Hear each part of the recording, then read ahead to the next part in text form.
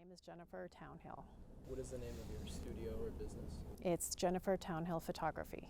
I think some of the biggest challenges as a photographer are that people a lot of times don't realize how much work goes into it. Not only shooting, but it's all of the editing. And so I think what happens is a lot of people expect you to do work for free, or don't want to pay you, or they, basically say, oh, well, if you do this project for me, you're going to get, we're going to put your name on this and you're going to get, business from it, but we can't afford to pay you, or we can't pay you enough. And so I do get people that tend to negotiate with me a bit.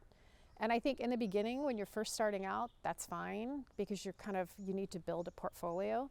But as you start to get more experienced, I think that it becomes kind of a problem, because people don't really respect the work that you do and that you're trying to kind of be professional. My name is Jill Denny. I'm a teacher, and the subject that I teach is choir. What is the most difficult thing you've had to do as a choir director? That's easy, because it's happening right now, and that's the auditions. It's all about the educational process. So I want to put them in a choir where they can succeed. Definitely be challenged, definitely be doing stuff that's hard for them and help them grow, but not be so overwhelming in the amount of stuff that they have to do. For example, all choirs do advanced repertoire, but some do like 30 songs in a time period that other choirs are doing 10. And so it's tricky to make sure that every kid is going to feel challenged and successful. My name is Jennifer Sitter. I run Sit Happy Productions, which is a family portrait business. It's very unpredictable. Every year has been different, every month is different, every season is different. It has been a blessing to be self-employed, having my son. I do a lot of work that I don't get paid for. Nobody's paying me to do all the business aspect of it, and there's a lot of business aspect of it. The actual taking the pictures is the fun part, and I spend probably the least amount of time doing that part. My name is Lauren Cato. I am Mountain View High School's dance teacher and dance director. The most difficult thing I've had to do as a teacher, as much as I just said I love being that support person for students, it's also one of the hardest things. And it's like I have 150 of my own kids, and I love them so much, and I want to help them in every way, but I also know that I can't. And trying to find that balance and the boundaries, I think, is really hard for me. How has the pandemic affected me as an artist and a person? Well, definitely as an artist, it was a huge impact. So especially the first year, all of my business pretty much dried up. It really gave me time to focus on doing some personal projects that I really didn't have time to focus on before. And so I was able to finally kind of do some creative work for me. In the past, all the photography that I had done had been for the client. What does the client want? What do they need? And I would, give them what they wanted. This was an opportunity for me to actually do projects and be creative for myself and do what I wanted to do. So I think, and also as a person, I think, it was tough. I missed seeing people. I missed working with clients. But it did allow me to grow just creatively. The pandemic was the single most challenging time of my life. First and foremost, because I was separated physically from the source of inspiration, if you will. Now, that's not to say that students didn't continue to inspire me, but I had to really think out of the box, and the technology required was immense. The pandemic posed a lot of different challenges, and it's been changing challenges.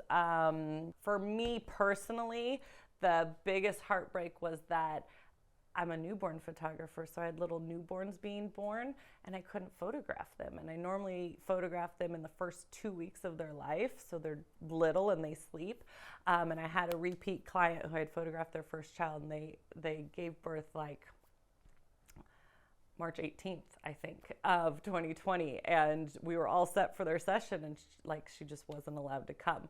So I actually did a Zoom call with her and had her take some of her own photographs of the baby while he was still little, but by the time they were able to come into the studio, he was already 2 months old and he was huge. So the mom was kind of sad, but we still got amazing photos, but it was just one of those, can't stop time, right? There were a lot of things that the pandemic made very difficult for teaching, but I think for dance, it made it also really, really difficult. So I live in an apartment, and I lived with my mom at the time as well. In order to actually stand up and teach dance to my students, I would have to move my bed, move my dresser, move everything over to the side against the wall, lock my dog out of the room, and ask my mom politely to please go into her bedroom so that I could play music loudly through a Bluetooth speaker that I thankfully had that was then a line that I could speak and count the music to along with the music, because if I played it through my computer, it would be off.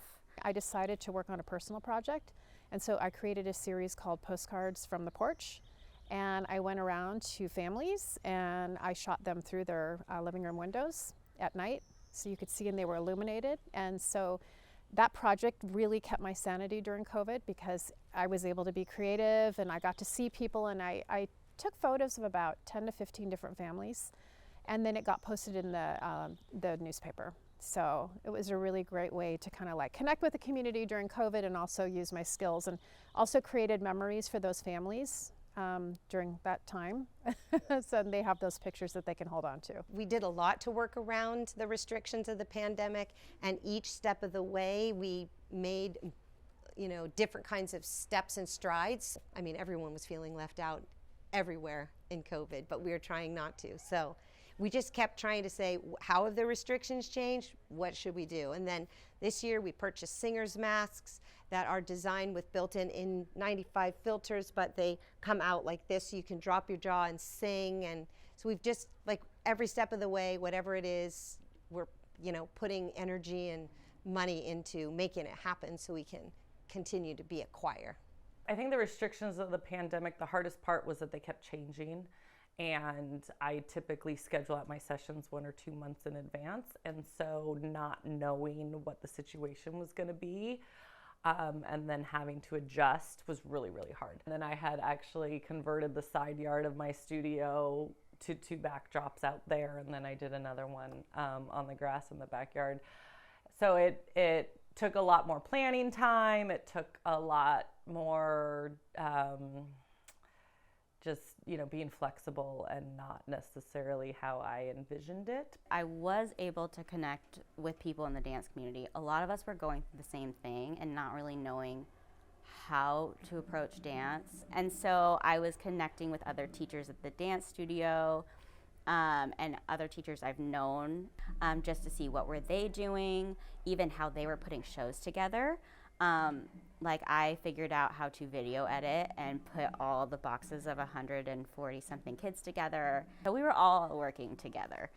I think that the pandemic has helped all of us grow as artists because we know the importance of the other person, the importance of every voice.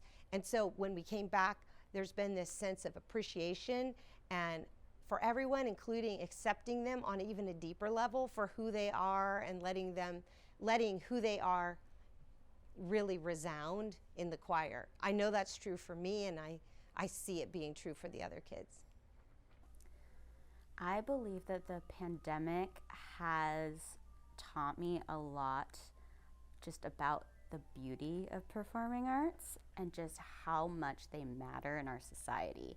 I think it's also helped me learn patience and understanding, and that we're all coming from really different places and environments and circumstances, and all of those things can help us come together more as performing artists and share ourselves and our journeys through our arts. They don't have to just be these other things, but we can take all of those, bring them together, and we can grieve and we can celebrate and we can do all these things together.